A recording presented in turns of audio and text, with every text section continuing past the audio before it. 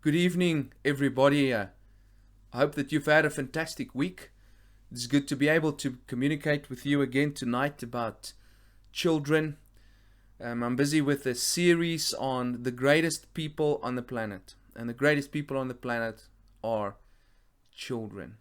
So far, it's been an exciting journey for me to think deeper about kids and to evaluate how different am I than them. And I don't know about you, but sometimes I long to go back to those simple days. Tonight I'm excited to continue with this series. I hope that you enjoyed the break. I hope you enjoyed last week, Sunday. I hope you guys, some of you have been away and have spent some quality time together in this hot weather that you guys are experiencing.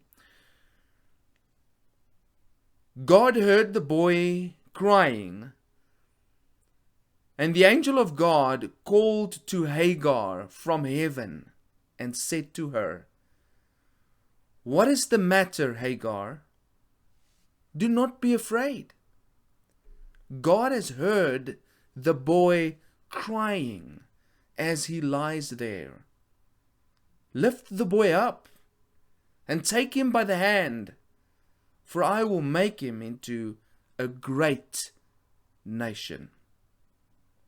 I read to you now from Genesis chapter 21, verse 17 to 18. They are found in the narrative about Abraham, or the narrative of Abraham who sends away Hagar into the wilderness of Beersheba because his son mocked Isaac. His son Ishmael mocked Isaac, the promised heir of God's promises. She wandered there with the son in the wilderness for a while until she thought that she was going to die. Some scholars say that her son was about 14 years old. I always used to think maybe he was smaller, like 3 or 4 or something like that, but apparently he was about 14 years old. So he must have been really weak because his mom took him and placed him under a bush, waiting for him to die. And then she moved away a distance because she couldn't bear seeing him die. The text tells us before she put him, or as she put him under the bush, that she moved away a distance and she started sobbing and crying. You can imagine the scene in the wilderness as you hear this boy, this weak boy, crying under a bush, and a few meters away, or yards away, as you guys say, you have this mother sobbing as her child is possibly dying. The beautiful thing about this text that I've read is that God hears their cry.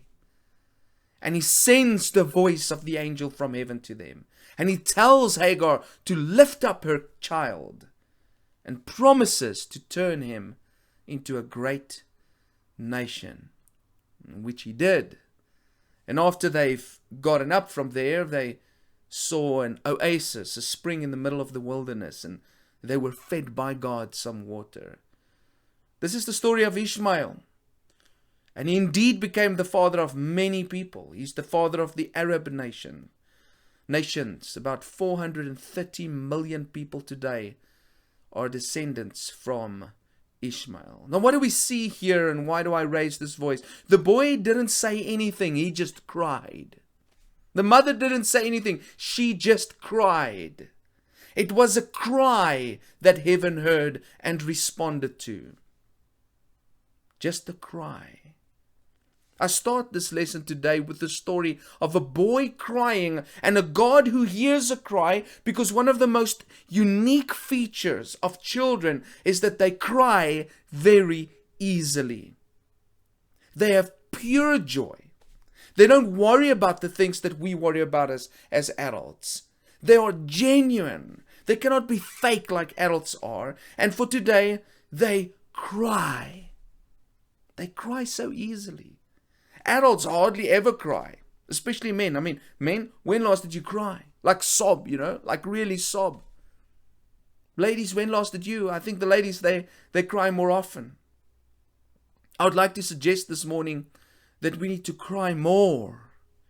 Jesus said we have to become like children. We need to become humble like them. And that includes crying like them, wearing our hearts on our sleeves, on our shoulders. One of the most common sounds in a house where kids live is crying. Kids cry for nothing sometimes. I see it with my kids the whole time. Okay. Sometimes my boys cry about the one looking at the other. Micah doesn't want to look away. You can just look at them and they cry. Okay. Or sometimes they cry because they can't do something. Oh, I can't get the shoe on my foot, or when they have to feed the guinea pigs. Neo has got guinea pigs outside. His mom tells him, you need to go feed the guinea pigs. He just starts crying because you got to do something, Almost every morning it's crying when we've got to go to school because the one says, I want to sit behind Papa. And on Thursday, Alfreda picked up Neo from school and she, they got into the car. Neo said, everybody at school, because the school's closed, it's everybody going on holiday. All his friends are going on holiday. And so he says to his mom, are we going on holiday? And mom says, no, we're not going on holiday. And he cries because we're not going on holiday. It was so precious, actually. The other night, we watched a movie called A Dog's Way Home. And we saw both our boys crying in the movie, just, getting emotional about this dog. And that was really cool to see. Crying is such a normal part of life for a child. In fact, the first thing that each and every one of us did when we came into this world, the first thing we did was to breathe. The second thing we did was to cry. You breathe.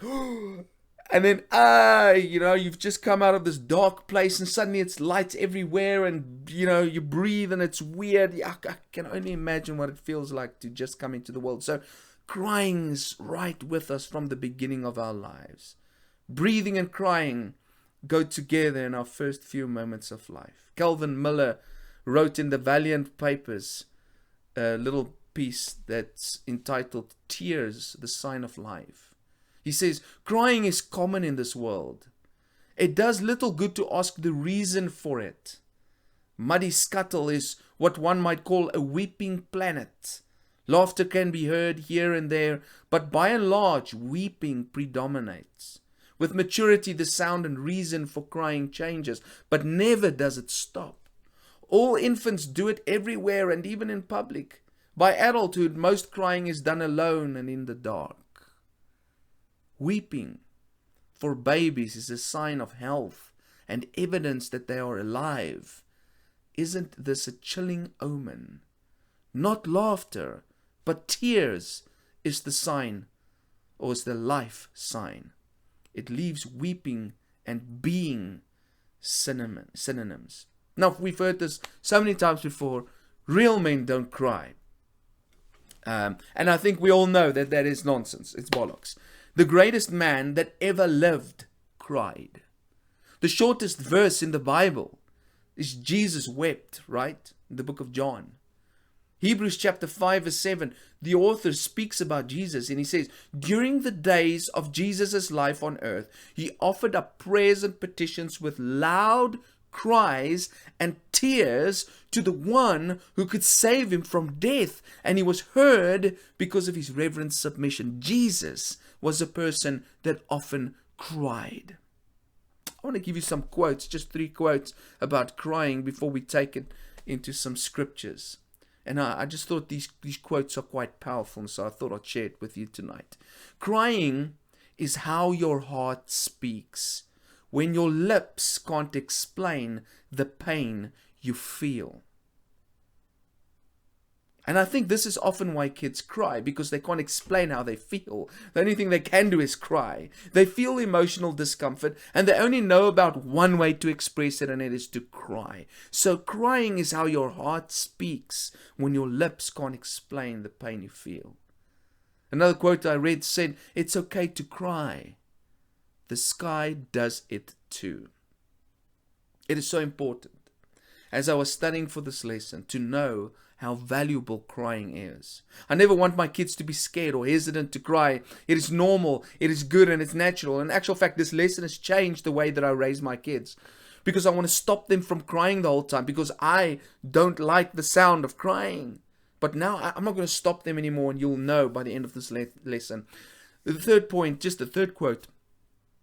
Crying doesn't mean a person is weak. It means that a person has a heart. And this lies at the heart of the purity of children. They show their hearts. They don't hide it. They cry when they have pain. We hide it when we have pain. And so I want to be honest with you tonight. If you haven't been emotional in a while, if tears haven't come out of your eyes, you need to go seriously think about it and pray about it. Because there's a very grave possibility that something's not right. Either there's bitter or anger or your heart is hard. But let's talk about this. The question on the table this morning is, how does God feel about tears? That's really what matters, isn't it? How does God feel about crying? The story is told of the angel that was sent to earth with orders to bring back to heaven the most precious thing that he could find on earth.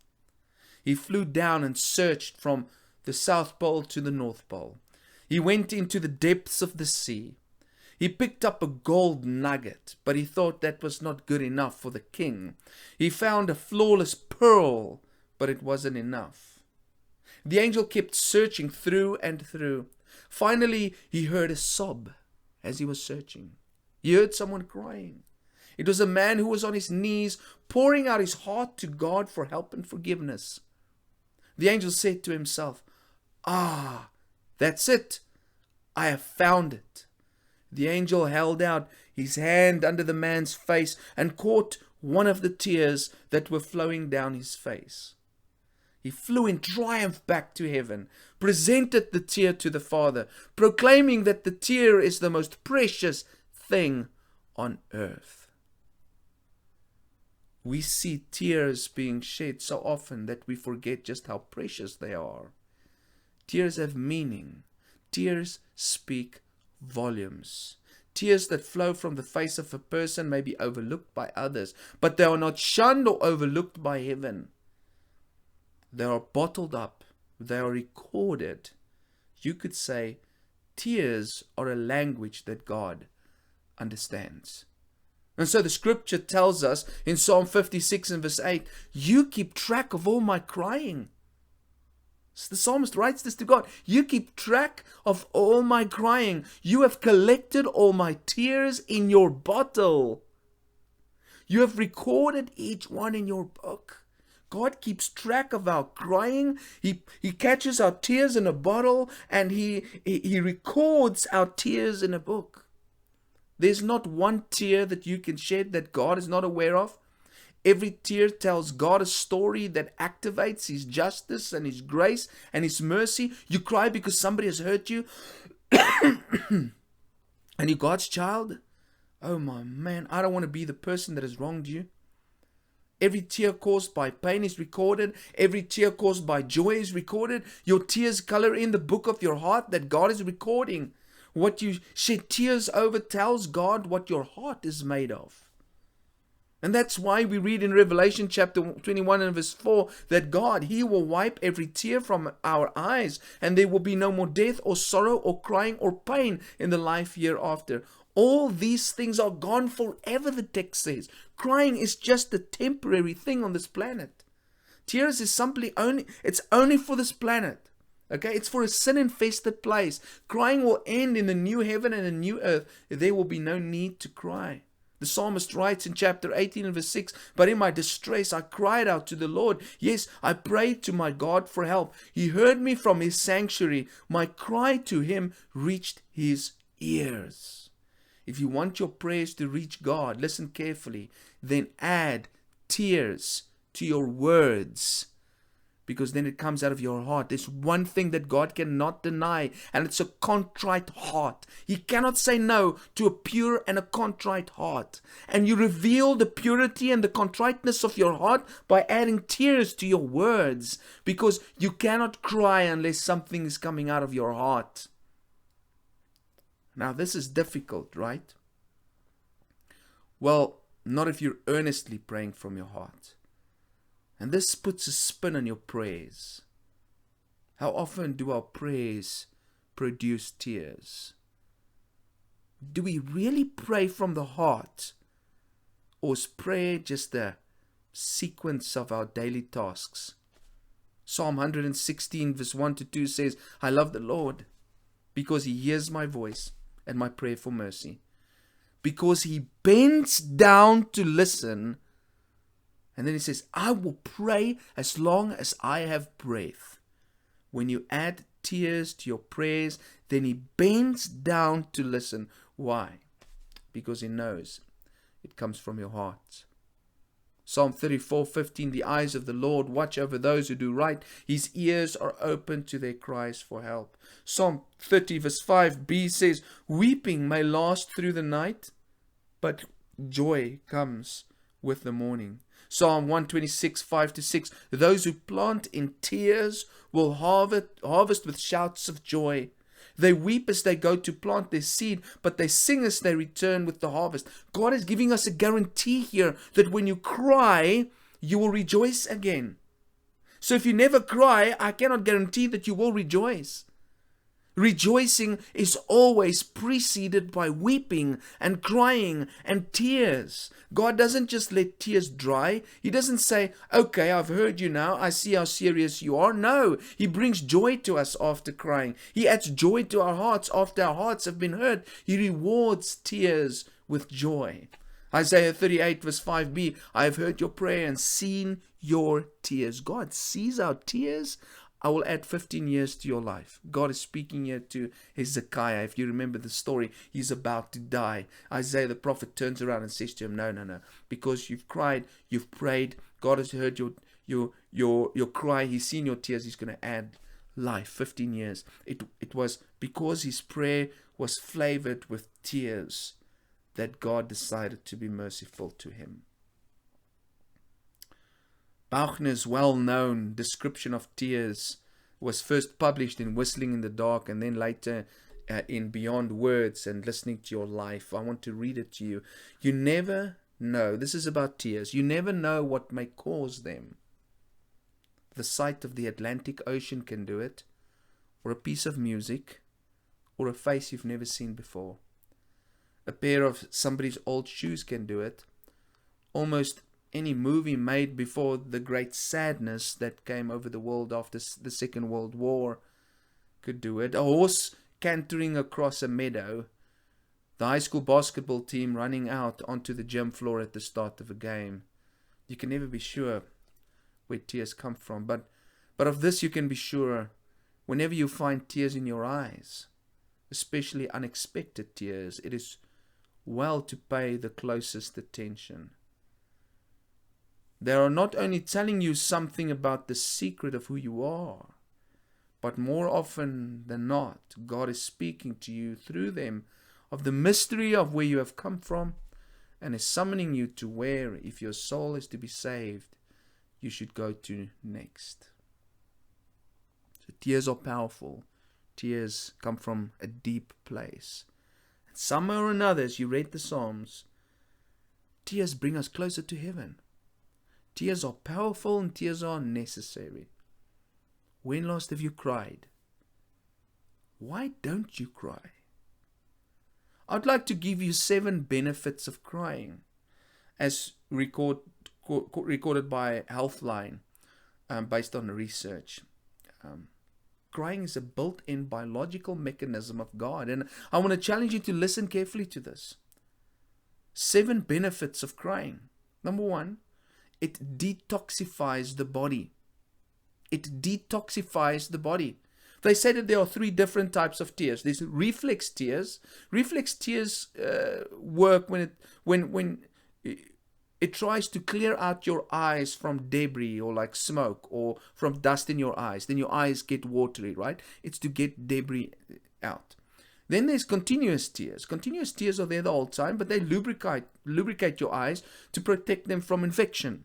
Makes sense, right? And then there's emotional tears. And it's emotional tears that's got tremendous health benefits. Now, continuous tears are 98% water. It's just water clearing out your eyes, keeping it moist. But emotional tears contain stress hormones and other toxins. Think about that. That your tears are literally, it's like poison coming out of your system. It's poison coming out of your system. It's bad hormones. It's toxins being released from your biological, physical body. And maybe this is why children have so little bitterness. This is why they forgive so easily, because they just release it so easily again. Ephesians 4 verse 31 says, get rid of all bitterness. And one of the best ways to get rid of bitterness is to cry about it. Every time the kids cry, they release toxins from their system. And we want to stop crying. You're making a big mistake. My kids must cry. Get it out. It detoxifies your body. Number 2, it helps you to self-soothe. Crying activates the parasympathetic nervous system that helps your body rest and digest. That is why we usually feel somehow better after a good cry. You can't put your finger on it. You just feel better. Number 3, it dulls pain. Crying for long periods of time releases oxytocin and endorphins. Did you know that? These are drugs usually released when you're in love. These are feel-good chemicals that helps ease both physical and emotional pain. Fourthly, it improves mood. When you sob, you take in many quick breaths of cool air. That inhaling many quick, cool breaths of air coming into your lungs. And breathing cool air can help regulate and even lower the temperature of your brain. Okay? Your body prefers a cool brain over a warm brain and therefore affects your mood. Interesting. It rallies support. Number 5. Crying is a way of letting those around you know you need support. It's a way of letting people around you know what's going on in your heart. So when I meet people and they say they never cry, I become suspicious, and I wonder why are they hiding what's going on in their hearts? And so this is what we call an interpersonal benefit of crying. Crying is a way to obtain comfort and care from people. Number 6, crying helps you recover from grief. I think we know that. It helps you process and accept the loss. And lastly, crying restores emotional imbalance, or restores emotional balance. We don't just cry when sad. Sometimes we cry when we're extremely happy. Have you ever seen that happen? I mean, when people win the America's Got Talent or get the Golden Buzzer, they start crying. Why are you crying? Are you sad? No, that's tears of joy, right? But research suggests that crying in this way may help to restore your emotional equilibrium, because that was such a high. And crying is a response to that, to sort of, bring it down again. When you're incredibly happy or scared about something and you cry, it may be your body's way to recover from experiencing such a strong emotion. Let me conclude this evening and say the following. I really want to encourage each one of us I don't want to say, let's go cry, guys. That's not what I'm saying. But ask the question, are we trying to inhibit our prayers? Because if we do, our crying, because if we do, we're keeping toxins in our system. It's God's mechanism, built-in mechanism to heal and to clear out the system. We need to cry. We need to cry. Crying is better than words. We see it all over the Bible. Crying is better than words. Crying is an expression to God of what your heart feels. And lastly, crying not only activates heaven, but it heals your body. I want you to think about it. I'm certainly going to think about it. This lesson changes my prayer life. I want to speak to God with sincerity. I want to speak to God with the depth of my heart about the things that are most valuable to me. And if I don't have anything in my heart that is so valuable to me that I'm willing to cry over, then I'm a little bit detached from reality. I pray God will bless you this week and that He will walk with you and be ever present in everything you do. Love you all. Bye-bye.